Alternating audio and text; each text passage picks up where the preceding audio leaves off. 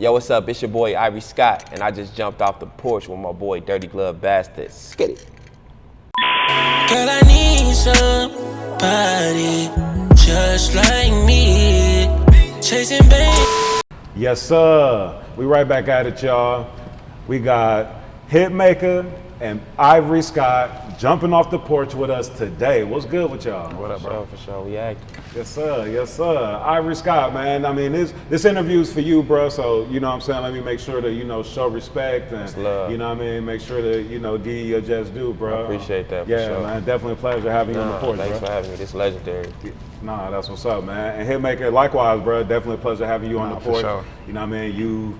Laid, the soundtrack to, a bunch of artists that, we've had on the porch, or even just artists that's just in our niche and in our wheelhouse of, what we do. So definitely a pleasure having Thanks for having me, bro. Yeah, both of us. Love. Nah, that's what's up, man. So yeah, man, bumped into y'all cats at the YouTube event, here in Atlanta yesterday. And, it was dope just seeing, them here, really like tapping into the culture. Hitmaka, I know we were saying that, and even in the years of you coming up, like it wasn't a lot of, things like that where people were sharing game. Can you just, talk about that? I mean, my personal experience coming up, like in my earlier career when I was Young Berg or whatever, like I think that it just wasn't, the information wasn't out there. It was early internet phases, and people was trying to get adapted to all the shit. And I think that now, like, it's just certain people that's in position that's just like trying to pass the game off and pass the plug. I think back then it was so gatekeeped that, you had to know this A&R or know this person or to be in these rooms to even hear these type of conversations. But with the internet and just social media and all this other stuff now, like, I think it's just allowed a lot of different people to be key players and just putting niggas on the type of information that they need, whether it's networking or how to get your level up, or just basically how to approach other people that's in the industry or whatever when you trying to get your music to them. So, man, that shit was super dope to be there. Word, no, that's what's up. And Ivory, when you hear somebody like Hitmaka say that, you coming up and, being in the mix of events like that, like how does that even make you feel? Like, do it make you just even take stuff like that even less for granted, or? Yeah, nah, for sure. Like, I definitely feel like, there is still some gatekeeping, going on in the business. Like, I ain't gonna cap with you, like, bro gonna keep it humble, because he ain't no gatekeeper, he gonna get a game up to whoever he can give it up to, put who in position he wanna put in position. That's just the type of, nigga he is. But like, it's a lot of people that's in position that's just really trying to hold position, in the game. So it's like, it is, a benefit to not take something like that for granted, for real, when you got people around you that move like that. Yeah, nah, for sure. Because, they say the game is to be sold, not to be told. Yeah. So when you got folks coming and, that's cap, though. This the music business. That was some pimp shit. Like, you know what I'm saying? Like, I feel like a pimp made that lingo up. You know what I'm saying? Not no nigga that's trying to get on the business, Nah, that's real. That's real. Shit. But yo, Ivory, so you from Chicago, right? Yeah, Southside. Word. That's what's up, man. Can you, tell us about what it was like for you coming up? I mean, it was crazy. Like, I grew up, on the 9, but I went to school in East Inglewood, So like, I went to the same school as Sosa, Right. Like, so like, but grew up in the same hood as Dirt. I mean, as Dirt. You know what I'm saying? So like, basically, like, it's like, what is that scene on TV for real? You know what I'm saying? I didn't really know that like Chicago was like such a beautiful city until like I got some money and went back. You know what I'm saying? So like, but like the city made me. You know what I'm saying? Like, I was protected from all the shit. You know what I'm saying? Like, my brothers was dealers. You know what I'm saying? So that shit really like kept me out, like, because really the OGs was my brothers. Yeah. So like, ain't nobody really fuck with me like that. I played ball and shit. So I was like, I completely kept my life separate from it. So I wasn't like, I was in it but not of it, for real. And that's interesting you say that, like, that Chicago wasn't beautiful to you until you got some money and came back. Yeah. Because I'm sure, being from the neighborhoods you from, like, it wasn't regular to like go to the Taste of Chicago or be downtown like in Greektown or something. It was a privilege to pass Lakeshore Drive. You know what I'm saying? Like, a privilege, boy. That's like weekend vibe, you know what I'm saying? But don't get it twisted, like Chicago, you know what I'm saying, like, made a lot of great, you know what I'm saying? It made hit, like, you know what I'm saying? They made a lot of great people and great, you know what I'm saying? So, pressure, you know what I'm saying? Pressure bust pipes, for real. So like, I love my city, but you know what I'm Yeah, saying, it get active out there. For Yeah, real. no, for sure. I mean, that's real. And I mean, you know, like some of the most beautiful music, art, you know what I'm saying, have been made from,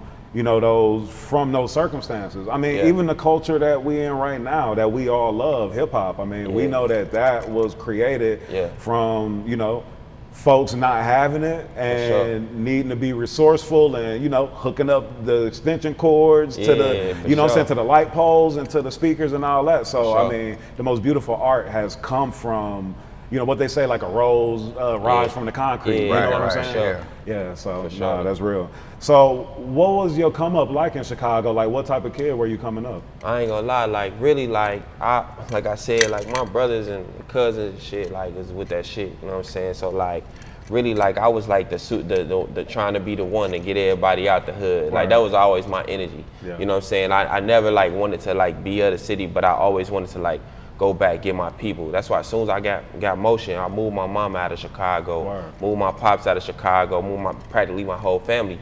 Just because like, you know what I'm saying, the upbringing was crazy, you know what I'm saying? Like it was times like where like my mom's, we ain't had no food, no lights, we ain't had no stove in the kitchen. I'm talking about the craziest situations to where it's like, I feel like, you know what I'm saying, like a lot of people come off the porch, but I feel like I fell out the porch. You know what I'm saying? Because I ain't had no choice, I had to feed my sisters. Yeah. So like shit, we did whatever it took to survive, you know what I'm saying, type Right. shit, you know what I'm saying? Like as humble as I can keep it. Where you hear when people use the term fight or flight. Yeah, You know, it sounds like that. It's like, you know, when you don't know how you gonna get through circumstances like that. You probably can't even fathom them in your mind. Yeah, but then correct. when they come, you able to get past them and Nah, able for to, you know sure. what I'm saying, get over them hurdles. Yeah, that make the rest of this life easy. You know what I'm saying? Like Yeah. when you go through that much turbulence and you done seen that much heartbreak and you done seen lost, you know what I'm saying, lost your brothers and you know what I'm saying, like most of my people, you know what I'm saying, is at the cemetery in Chicago, you know what I'm saying? So like when you done been through so much in your life, you know what I'm saying, like you get out into this real world, the pain ain't really that heavy. Word. For real. Yeah, no, that's real. And so, you were talking about your siblings. Were you the youngest of your siblings? Yeah, I was the youngest of my siblings. Yeah, Okay. I lost my sister in 2018, my older sister. But like they were my sisters. Like even though like I was the youngest, like I really like took responsibility. You know what I'm saying? Not having our father in our lives and my mom doing what she was doing. Like I had to be the man. You know what I'm saying? So I had to go get it. You know what I'm saying? Like. So I feel like the big brother, you know what I'm Word. saying? That's how my sister always called me her little big brother. No, I can Yeah. dig it, man. I imagine that, or I guess that in my mind where you were talking. I'm in the same circumstance, being the youngest sibling. Yeah. Took that responsibility. I'm Yeah. from Milwaukee, moved. My mom's out the hood when sure. I got writing. For sure. So how you was telling it, I could relate to it and I could tell. That's why I was like, Respect. let me ask and, you know, see. So then let me ask you this, because a lot of times being the youngest, we on one side kind of get the best of our parents because maybe, you know, they weren't given as many whoopings or Yeah. wasn't, you know what I mean, like on that tip. But then a lot of times the youngest does have to take the responsibility, you know, almost acting as the Yeah. oldest, just because you might have come and even have been given a little more wisdom even, you know, than other, you know, siblings. I mean, I think that's something that's not really spoken about or even, you know, known, but like I definitely think that's a value that the younger siblings have that are willing to take that I totally responsibility. agree with that for real. Yeah, nah, that's what's up, man. So when did you find your love for music, bro? Man, I swear I don't remember like when I didn't, you know what I'm saying, love music, but like I basically like I took like my trauma that I was going through, like, you know what I'm saying, like my dad was like a heavy user, you know what I'm saying, like so I would like basically like lock myself in a room, teach myself how to play piano, teach myself how to write songs, like so I basically used my trauma like to like that was like my escape from reality, you know what I'm saying, like a lot of the shit I was going through was like basically like just like turbulence, you know what I'm saying, lights off, you know what I'm saying, no water, you know what I'm saying, like the struggle, you know what I'm saying, like fucking borrowing clothes from my cousins, like just going through the motions and shit like that. So like that's really where it all came from, for real. Word. And so you learn how to play piano, like self-taught? Yeah, self-taught, man. I actually taught myself like classical piano. You know what I'm saying? One of the first songs I learned was Fair Lease by Beethoven. Wow. So like, but like that shit was like, you know, my distraction. You know, so much shit going on around me. Like I always like, you know, like some niggas come up and they look up to the biggest dealer on the block. You know what I'm saying? Like, I didn't really have that because my brother was locked up. So it's like, I looked up to the people I saw on the screen, you know what I'm saying? I looked up to people like even my brother, like, you know what I'm saying? Seeing him like coming from the same city that I came from, like somebody really making it, like really backpack having motion, you know what I'm saying? Big chains on before niggas had big chains on. Right. Like, so like that shit made me wanna, that's crazy, like this even becoming like a revelation for me right now, because it's like, you know, really watching him like really made me be like, man, I can get out, you know what I'm saying? I can shine for real. And I don't gotta be out here like, you know, hurting nobody, taking nothing from somebody else's family. Cause like anytime you rob, take from somebody, you take it from somebody's kid's mouth too. You know what I'm saying? Just to feed your own. And I don't wanna do that. Like, I wanted to let my work, you know what I'm saying, prove my work. For sure. And hey, you were one of the, you know, first artists coming from Chicago that I feel like kind of had like a different vibe, a different message, you know what I'm saying, coming with your music. Was that intentional or was that just the vibe? Nah, like earlier in my career, like when I first got signed to DMX, like I probably got signed to him when I was, I dropped out of 9th grade or whatever. I wouldn't recommend nobody do that shit, you know what I'm saying? It just worked out for me.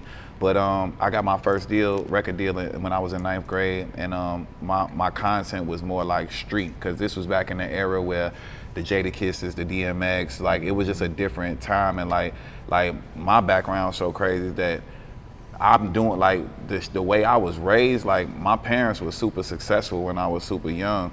Like my mom had like a large chain of like childcare facilities in Chicago, and then my dad was like the director of Chicago Public Schools and had a bunch of real estate. But my crazy ass, like I'm so like hypnotized by the music, like I wanted to go sell crack and like sell drugs and be around the niggas on the block, like how we was talking about, like these like the same areas like I used to be on. Well, I grew up in Foster Park and then shit 70th in Winchester, then went to school over east, so it was kind of like my content was more edgy, like, and then when I finally got on as Berg, I ain't gonna lie, I was living in LA, so like the energy wasn't really, my environment wasn't as ruthless and cutthroat, and you know what I'm saying, like being around those different things. I really was just all around a bunch of women. It was like women, weed, and weather, like how they tell you, like how LA what used to be. It was just like an escape for me, like how bro was saying. So my content shifted to what was true to me. I think that when I was younger, that was true to me because I was in them trenches like that or whatever. But when I moved to LA and my career took off, I was just around the baddies, the vibes. So that's where, hence Sexy Lady, and then like they came with the song Sexy Can I, the song with Ray J. Like I hated that song. I never wanted to do that shit, which is my biggest record as an artist in my whole entire career.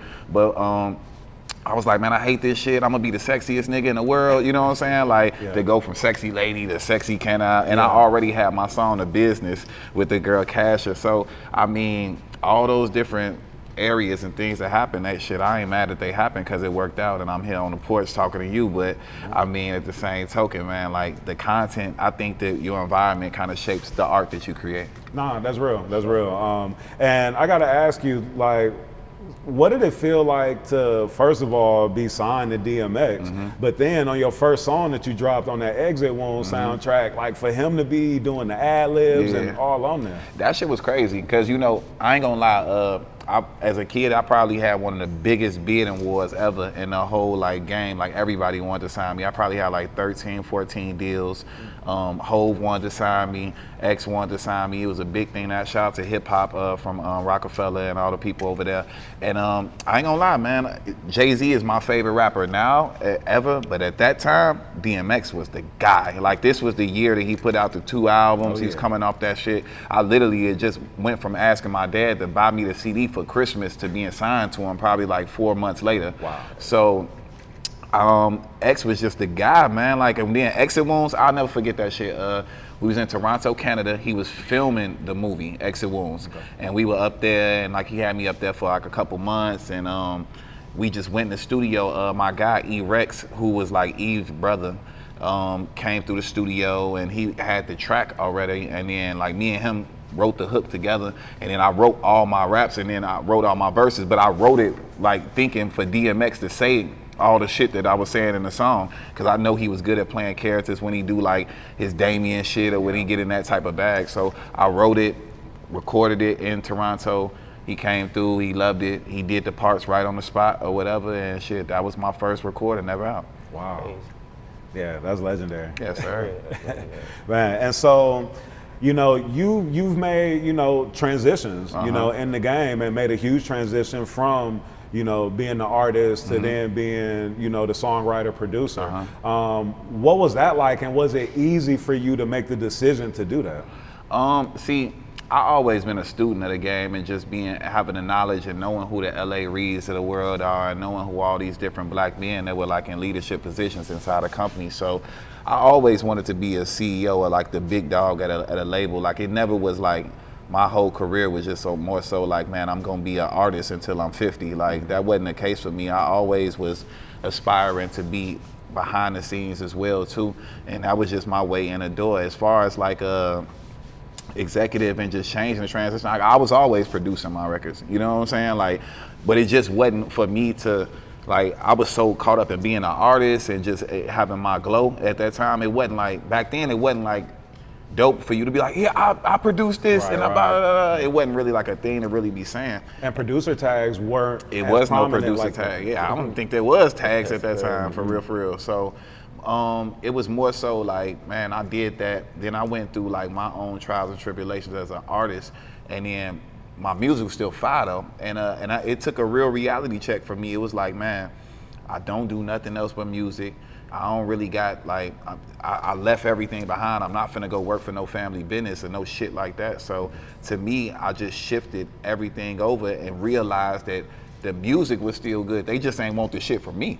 You know what I'm saying? And I think that as an artist or a songwriter, anybody in the game, like, that's a real jewel right there. Like, cause you gotta do what's gonna work for you in a situation. Every songwriter was an artist. You know what I'm saying? Like, everybody, don't nobody just get in the game and be like, man, I'm finna be a songwriter. Like, now maybe because it's glamorized and it look good. Like, you could live like a rapper and be a dope songwriter. A lot of the niggas that's around me that write songs with me, they living like a rapper and really having it. This nigga really having it.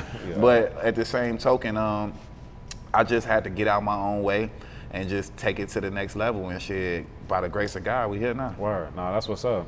So Ivory, when did you decide to take music seriously? Man, for real, like I left Chicago when I was 16, moved to LA. Okay. Basically, I bought my first car, you know what I'm saying, for myself when I moved to LA. Lived in that bitch for like 9 months. And I was just studio hopping, every studio I can get in, you know what I'm saying? So like, when I left Chicago, cause basically like I felt like when I first went to LA, like it was for like a meeting with Sony Records. And like the meeting didn't go well and shit. And I was supposed to just go back to the rap. But like, I was like, shit, I already know what's there. You know what I'm saying? I already know what's to it. And basically like, knowing like back home, my family was still going through the same shit. They'll be still going through the same shit if I didn't decide like, I gotta go make this shit happen. So that's when I decided like I gotta do this shit for us, not just for me. Word. No, that's what's up, man. And so, was it like you starting like to release songs and go into that mode, or like kind of what was your direction? Well, I always kind of like had like the vision for myself like as being like a songwriter that will transition into being a successful artist. Like, of course, like every songwriter, like, you know, he look at himself as an artist, but like that's just like, I saw like some of the greatest people that were doing it, that was their transition, you know what I'm saying? So like, that's how I always kind of saw it. So my whole main focus was a songwriter.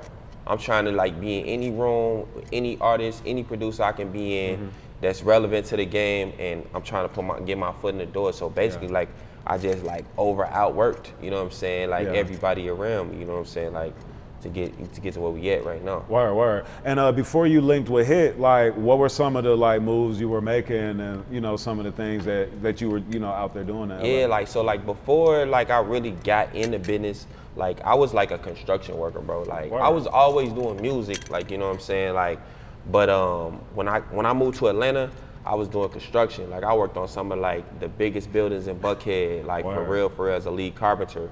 And like my boy Vail introduced me to Ray Daniels. Okay.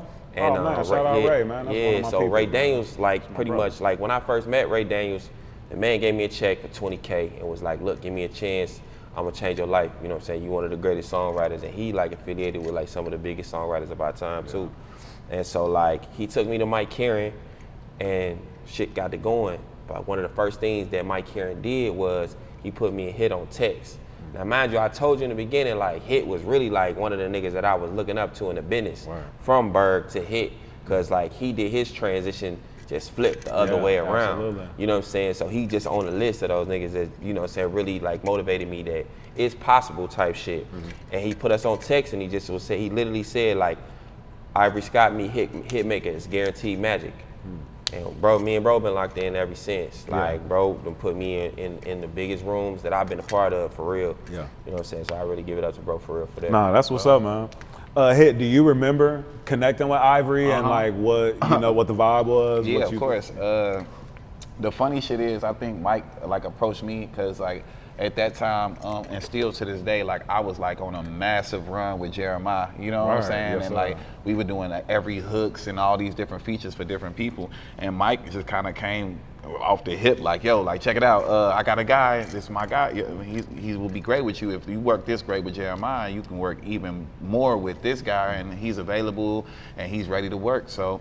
Ivory came through to my studio at the time. We was in LA at a spot that I had, and shit, I think we did like 10 records the first night, and then like I'm kind of the dude that like how we saying gatekeeping and shit like that. Like I don't give a fuck. Like if you can come in here, I don't care where you're from, what you look like, what you got going on. If you can come in here and we can have some chemistry and run these songs up, I don't care if you go smoke crack in the bathroom. I don't care what you got to do to get to it or whatever. I ain't judging. I'm not really like one of them type of niggas. So a lot of producers at the statue that even at that time or whatever, because I had a lot of motion at that time now, but at the stature I am now, niggas be like, no, unless you signing me, you know what I'm saying? I don't want to work with him. You know what I'm saying? Don't bring, like, I got to be able to invest and be a part of the business. But to me, I was just like, the more people I put on, shit, if I ever need a favor, they gonna be able to throw me one. You know what I'm saying? And then not only that, shit, the whole motivation for me with all this music shit,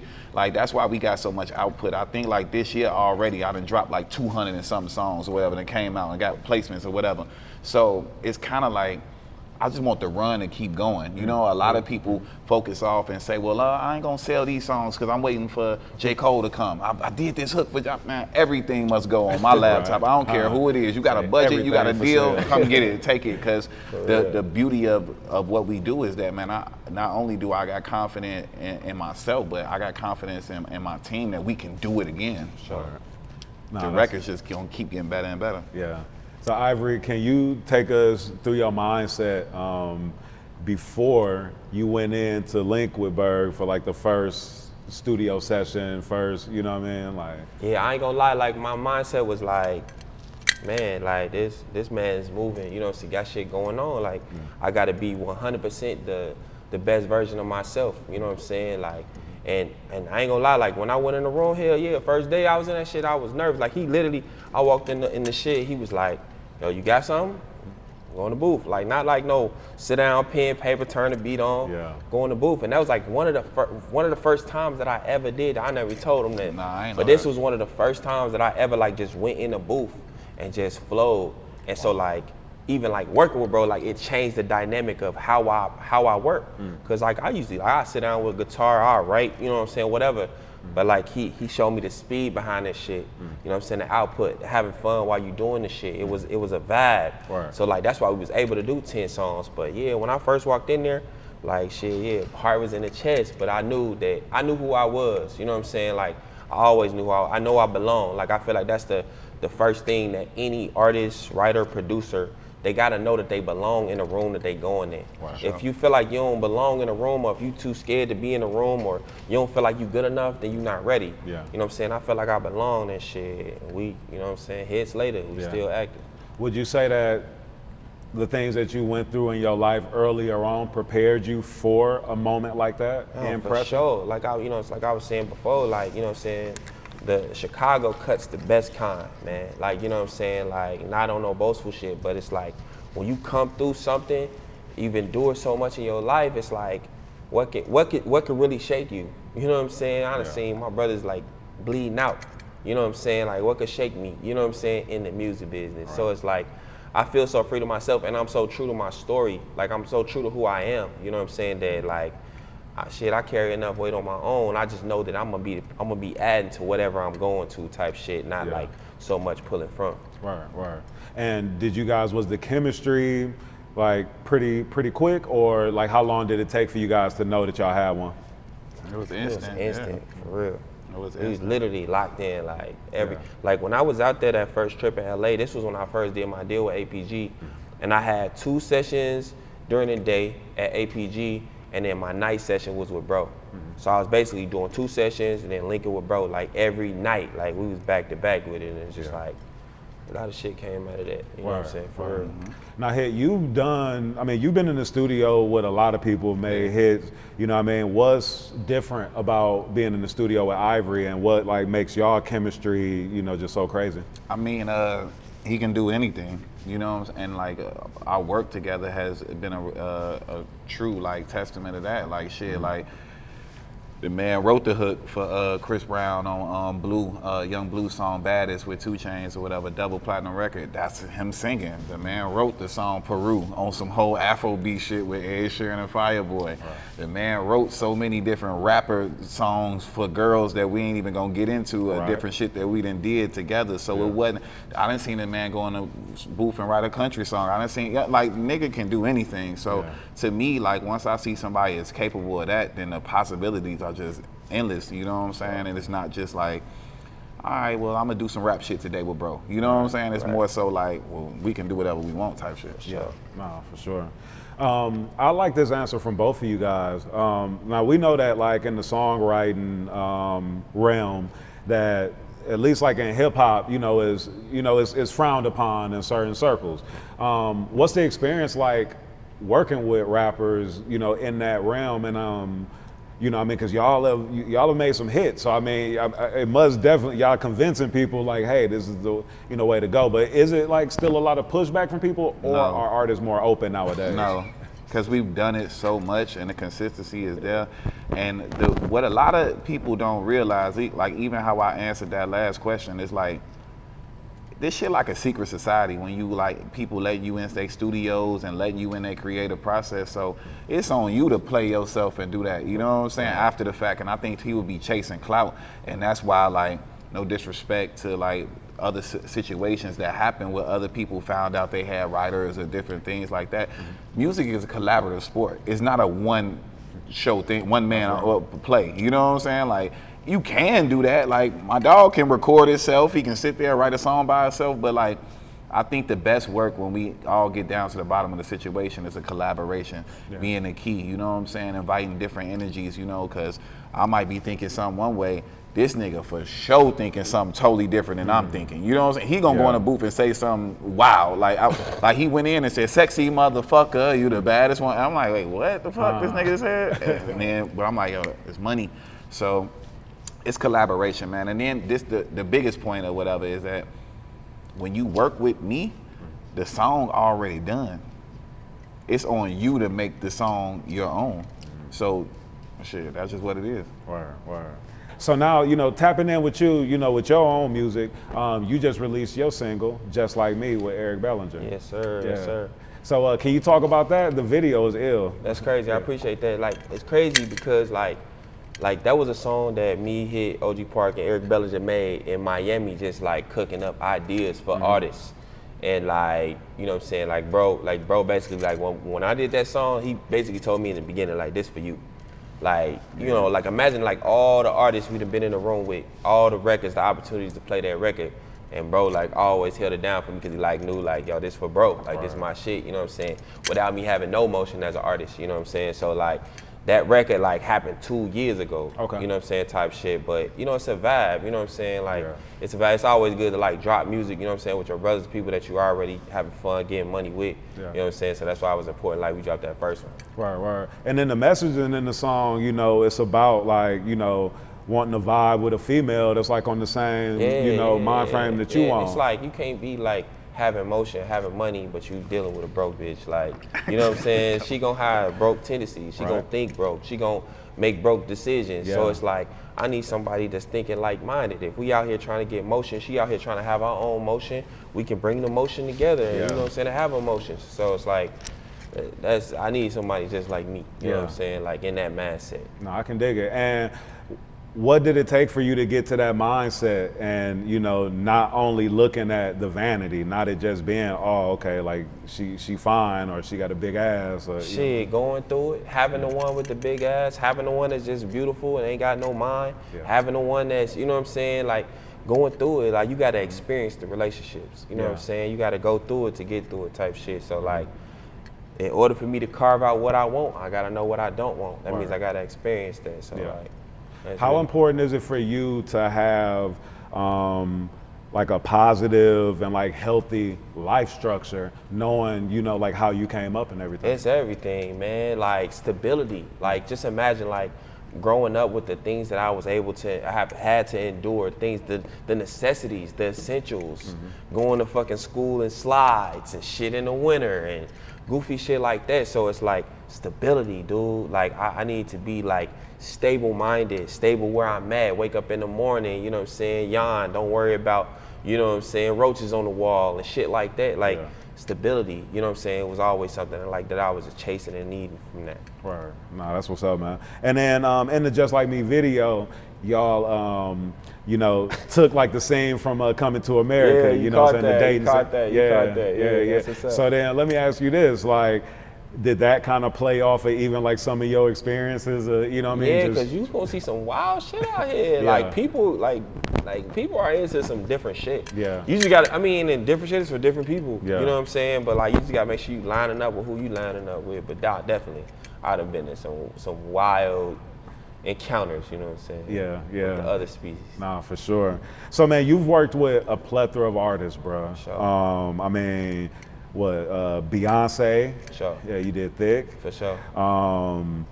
I mean, we said Fireboy and Ed Sheeran, and there was a bunch of remixes to that. Yeah, for and you know what I mean? And then I know you've worked with Queen Naija and Madonna and you know what I mean, Ty Dolla $ign, you know.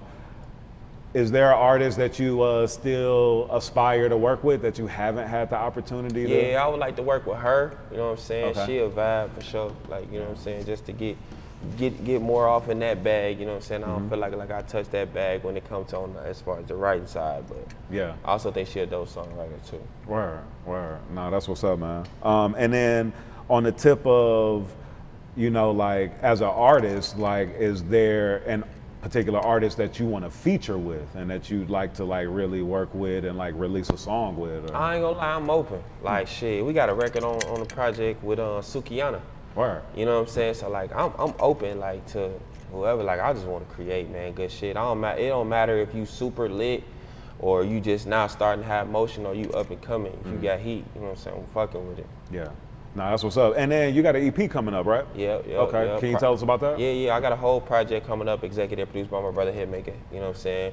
Entitled Project Ebony. But before that, we dropping the BE. You know what I'm saying? B. You know what I'm saying? Before Ebony. You know what I'm saying? So it's gonna be 4 joints. We got Sukiyana on that joint. You know what I'm saying? Like it's gonna be a vibe. Yeah. Nah, that's what it do. And what would you say, you know, so far as one of the biggest life lessons that you've learned? Take care of your money.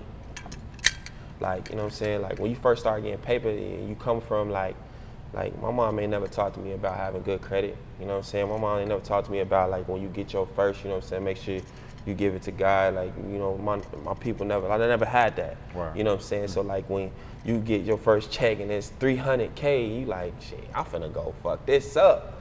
You know what I'm saying? You learn your lesson because you like, damn, that shit gonna go quick. You gotta be chasing it just as much as you're receiving it. And like, so like take care of your money. Like, you know what I'm saying?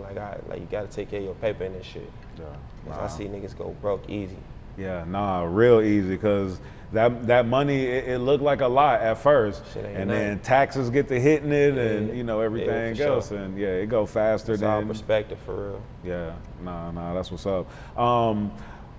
What's one of the most surprising rooms, or you know, when you've worked with an artist and you've been like, damn, like I'm in here with this artist. Like, has there been that type of scenario? Probably like Beyonce. Like Beyonce, like she got like an energy, like you know what I'm saying, about herself, like that she just like she brings to a room. Cause of course, it's like, you know, any room you step in, you know what I'm saying, like these people become super successful and they have so much influence. You know, as artists, of course, you know, it's a vibe when you tapping in with, you know, mostly anybody, but like it's certain artists that just have that thing that you know is something special. Word. And can you talk about, you know, being on the grind and, you know, not having to, you know, go out and sell drugs, or not having to go out and, you know, do something negative to get to the goals that you want to get to? Can you just tap into that? Because so many people I feel like, you know, like when people like take those kind of risks, it comes from a place of hunger. Like you going through something, you need to feed your family. You might have kids you're trying to feed. You might be trying to feed yourself. So people taking risk, you know what I'm saying? And I get it, but it's like, you got to remember, like, when you take it from somebody, you take it from somebody for yourself. So it's like, you know, like I always say, like, you don't gotta, you know what I'm saying, you don't gotta be a trapper to be a rapper. You can go have a job. Like I used to work 2 jobs, you know, as a construction worker, come home and still write 10 songs a night. Yeah. You know, so always like feed your dream. Like always like keep on investing in yourself. You know, you can, even when you are getting money, instead of, you know what I'm saying, going to get that drip you're trying to get, go get you a studio. Set you a studio up in your crib, like, you know what I'm saying, invest in yourself. So it's like, that's mainly, you know what I'm saying, the focus for real. Nah, I can dig it. And what are some things that you do like to keep a high, like high energy, high, you know what I'm saying, like just keeping everything positive and, you know, things like that. Like, basically like set new goals. Like my goal 10 years ago might have been to lock in with my brother. Well, if I get to the point where I'm locked in with my brother and then I get stagnant because I'm like, this was my goal, you got to create new goals. All right, what's the next level? What's the next wave you're trying to be on? And then the people you keep around you, keep, you know, keep the fuck niggas from around you, bro. Like you can't like have people around you, you know that's flaw, and you think you're gonna get good things out of flaw energy. Like it ain't gonna work like that. I can dig it. And I was trying to say high vibrations. That's what I was trying to say. For you sure. know what I mean? Hit, what do you do, man, to, you know, keep your vibrations high and to just keep you in a good mindset, bro? Smoke, drink, and go to the studio every day. Word. Bullshit. Hey, come on, man. That's our release, though. You know what I mean? Shit, being able to grind, being able to be creative. So nah, that's real. That's super real.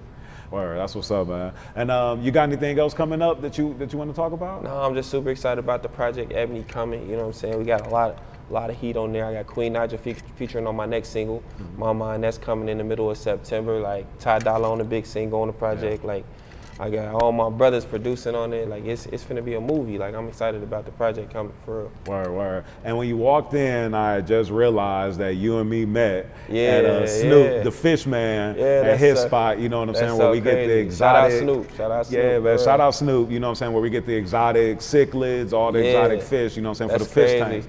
But what kind of fish you rocking with right now? Like what kind of tanks you running? I'm heavy on cichlids. I got some cichlids. You know what I'm saying? Some cichlids going. I got some Jack Dempsters going.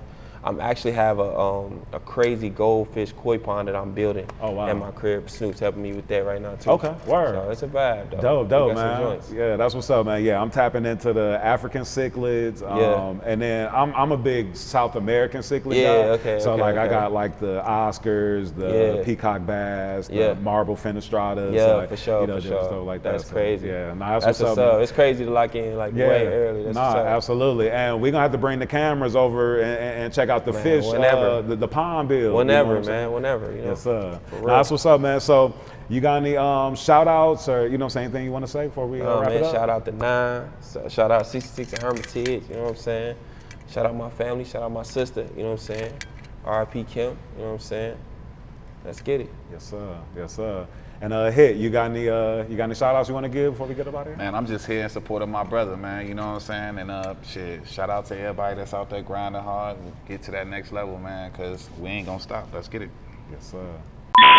Girl, I need somebody just like me, chasing bankrolls and free.